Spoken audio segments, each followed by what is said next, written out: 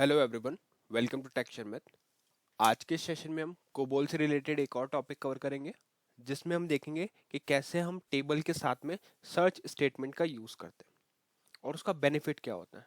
ठीक है, इससे पहले भी हमने टेबल के काफ़ी सारे सिनेरियोज देखे हैं, जिसमें हमने डिफरेंट डिफरेंट कंडीशंस क्रिएट करके उनका एक्सप्लेनेशन दिखा था।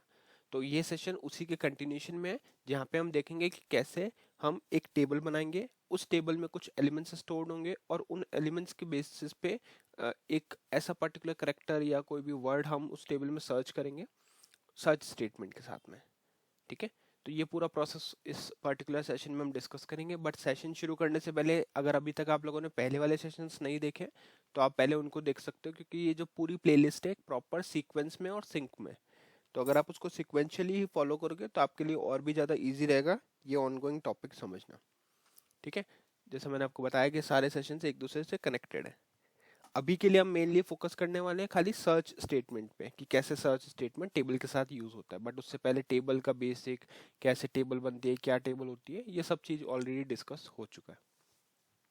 तो यहाँ पे आप देखोगे मैंने एक प्रोग्राम क्रिएट किया हुआ है, TSCB BGM 95। इसी प्रोग्राम का हम यूज करेंगे अपना डेमो क्रिएट करने के लिए। तो इसमें जो बेसिक कोड लिखा है पहले वो आपको समझाऊंगा कि क्या लिखा हुआ है, और फिर उसके आगे हम अपना कोड स्क्रैच से ही लिखने वाले हैं। तो इसको एडिट मोड में ओपन कर लेते हैं। अब अगर आप यहाँ पे देखो तो हमने सबसे पहले तो आइडेंटिफिकेशन डिवीजन लिखा हुआ है। ये क्या होता है? देखो, जब भी आपको प्रोग्राम के सोर्स की आइडेंटिटी रिलेटेड कोई इन्फॉर्मेशन स्टोर करनी होती है, तो वो हम स्टोर करते हैं प्रोग्राम के आइडेंटिफिकेशन डिवीजन में। जैसे अगर यहाँ हम देखें तो क्या है, प्रोग्राम आईडी और ऑथर। प्रोग्राम आईडी में क्या नेम आएगा, TSCB PGM 95, और ऑथर में आएगा टेक्सचर मैथ। ठीक है, तो ये दोनों इन्फॉर्मेशन क्या हो गई, हमारी प्रोग्राम की आइडेंटिटी रिलेटेड इन्फॉर्मेशन हो गई। अब इसी तरह से अगर आपके पास और भी कोई इन्फॉर्मेशन है जो प्रोग्राम की आइडेंटिटी को शो करती है, तो वो भी आप इसके अंदर स्टोर कर सकते हो। बट अभी के लिए मेरे को बस ये दो इन्फॉर्मेशन रखनी थी, तो मैंने यहाँ पे वो दोनों इन्फॉर्मेशन मेंशन कर दी। उसके बाद में लाइन नंबर 5 से लेकर लाइन नंबर 7 तक अगर हम देखें तो वो क्या है, हमारे पास कमेंट लाइन है। ठीक है, ये तीनों हमारी कमेंट लाइन है।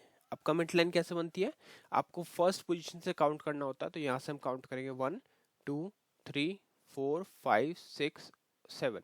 इस सेवेंथ पोजीशन पे जब आप एस्ट्रिक प्लेस करते हो, और उस एस्ट्रिक के बाद में जो भी आप लिखोगे वो क्या कंसिडर होगा, एज ए कमेंट ही कंसिडर होगा। तो ये तीनों लाइन हमने एज ए कमेंट कंसिडर कर दी, कमेंट की तरह डिक्लेयर कर दी। अब इसके आगे आप जो भी लिखोगे, ऐसा नहीं है कि आपको यहाँ भी एस्ट्रिक लिखना है, इसकी जगह आप कुछ भी लिख सकते हो, है ना। अगर आप ABC भी लिखोगे तो भी ये एज ए कमेंट ही कंसिडर करेगा। मेन पोजीशन है सेवंथ पोजीशन, अगर सेवंथ पे एस्ट्रिक है तो सब प्रॉपरली वर्क करेगा। ठीक है, और उसके अलावा आप सिंबल रख सकते हो, कोई सिंबल रखना है तो ये सब चीजें मेंशन कर सकते हो।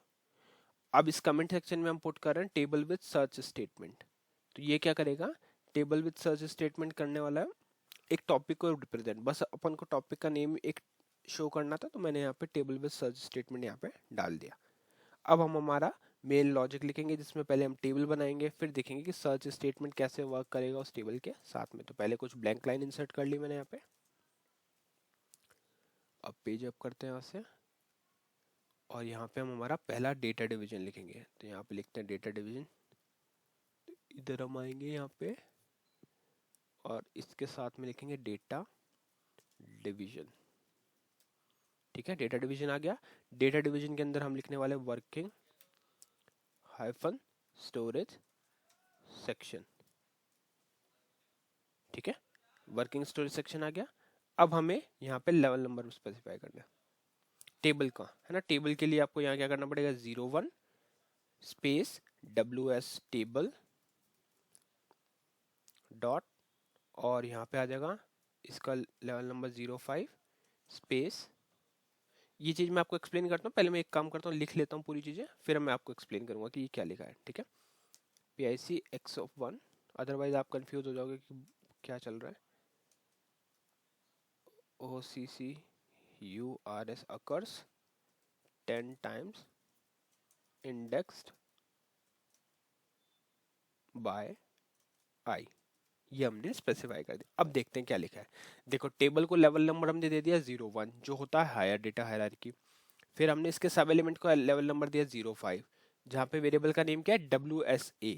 तो इस तरह से भी हाइफन देके भी आप वेरिएबल्स का नेम पुट कर सकते हो, WSA। यहाँ आ जाएगा PIC जो डिनोट कर रहा है पिक्चर क्लास को, x ऑफ 1 जो डिनोट कर रहा है अल्फा न्यूमेरिक 1 को, फिर आएगा अकर्स 10 टाइम्स इंडेक्स बाय आई, यहाँ पे क्या आ जाएगा 10 टाइम इंडेक्स बाय आई। फिर इसके बाद में हम एक वेरिएबल डिक्लेयर करेंगे, तो वेरिएबल डिक्लेयर करने के लिए आपको यहाँ पे लिखना पड़ेगा 01 ws srch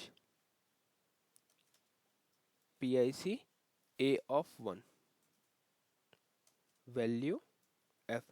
तो अब मैंने इसमें क्या कर दिया, इसमें हमने f को स्टोर कर दिया। तो f का मीनिंग क्या हुआ कि अब हमें जो भी सर्च करना है लेटर वो होगा f, ठीक है। अब इस f के बाद में हम लिखेंगे यहाँ पे प्रोसीजर डिवीजन बाद में, तो यहाँ आ जाएगा प्रोसीजर डिवीजन, प्रोसीजर डिवीजन आ गया। अब हम इसमें अपना मेन लॉजिक मूव करते हैं, मतलब जो भी डेटा है वो मूव करेंगे, फिर इसको चला के देखेंगे कि ये कैसे प्रॉपर वर्क कर रहा है। तो यहाँ मैं मूव स्टेटमेंट का यूज करूंगा, मूव, यहाँ हम डाल देते हैं A B C D E F G H I J, ये हमने यहाँ पुट कर दिया। किस में डालना है, टू डब्ल्यू एस टेबल, ठीक है, ये आ गया। अब हमें करना है सेट। सेट स्टेटमेंट हम पहले ही देख चुके हैं कि क्या होता है, तो यहाँ पे यूज करने में कोई इश्यू नहीं आएगा। तो सेट, सेट के बाद में आएगा आई टू 1, ठीक है। तो ये आई क्या सेट हो गया 1 पे, और यहाँ हम लिखेंगे SEARCH search WS of A, ये सर्च करना है कहाँ पे, at end display F not found in table, ठीक है, ये हमने डाल दिया F not found in table when, यहाँ पे आ जाएगा when WS of A of I equal WS of SRCH search, ठीक है। और फिर इसके बाद में लिखेंगे डिस्प्ले, डिस्प्ले आ जाएगा, डिस्प्ले के बाद में letters F found in table, ये एक स्टेटमेंट आ गया हमारा, ठीक है। और इसके बाद में हम कर देंगे एंड सर्च। तो अब आपको ये सिंटेक्स और स्ट्रक्चर बहुत ध्यान से देखना है, क्योंकि सिंटेक्स अगर आपको पता होगा तो आप किसी भी कंडीशन में इसका यूज कर पाओगे, ठीक है। तो ये हमारा हो गया फ्लो रेडी। अब इसको एक बार मैं पहले कंपाइल करके दिखाता हूँ, फिर हम इसका आउटपुट भी वेरीफाई करेंगे। और 14 किया कंपाइल, कॉल किया, तो आउटपुट क्या रहा है, letter F found in table, मतलब ये इसको मिल गया। क्यों, क्योंकि एफ आपने देखा ABCD लिखते टाइम हमने उसमें एफ भी मेंशन किया था। तो अब इसका सिंटेक्स देखना बहुत जरूरी है। सबसे पहले हमने क्या किया, जो हमारे पास टेबल थी उसमें कुछ लेटर्स असाइन किए, ABCDEFGHIJ, ठीक है, ये असाइन हो गए। फिर हमने सेट किया आई की वैल्यू। अब आई क्या है, इंडेक्स है, मतलब हमें कहाँ से स्टार्ट करना है, वो वैल्यू हमने सेट कर दी 1। सर्च WS ऑफ A, अब क्या करना है, सर्च करना है WS ऑफ A को, और एट एंड, एंड में क्या लिखना है, डिस्प्ले कराना है F not found in table when WS A of I equal WS of search display letter F found in table and search. और इसके बाद में एंड सर्च करना है, और बाद में हम करेंगे स्टॉप रन। तो स्टॉप रन क्या करेगा, प्रोग्राम के फ्लो को एंड कर देता है, ठीक है। अच्छा, अब आप में से कुछ का क्वेश्चन होगा कि क्या अगर हम इसकी वैल्यू चेंज करके जी रख देते हैं फॉर एग्जांपल, तो क्या ये आउटपुट लाएगा, देखते हैं। 14 से कंपाइल हुआ, कॉल किया, तो आउटपुट आया F not found in table. अभी रिसेंट आउटपुट क्या है हमारे पास, एफ नॉट फाउंड। ओके, पहले स्पेलिंग मिस्टेक थी, बट वो आप लोग फिक्स कर सकते हो। ये यहाँ पे लेटर एफ लिखना था, बट वो कुछ और स्पेलिंग हो गई। बट अभी रिसेंट आउटपुट क्या रहा है, F not found in table. क्यों, क्योंकि वो लेटर एग्जिस्ट ही नहीं करता उस टेबल के एलिमेंट्स में, ठीक है। इसको भी स्पेलिंग को भी सही कर देंगे यहाँ पे, ठीक है। तो वो एग्जिस्ट नहीं करता, इस वजह से वो नहीं मिला। और जो चीज़ एग्जिस्ट करेगी, फॉर एग्जांपल ए सर्च करें अगर हम, तो ए तो है वहाँ पे, तो ए वाला पार्ट जो है वो शो होगा letter F found in table, ठीक है।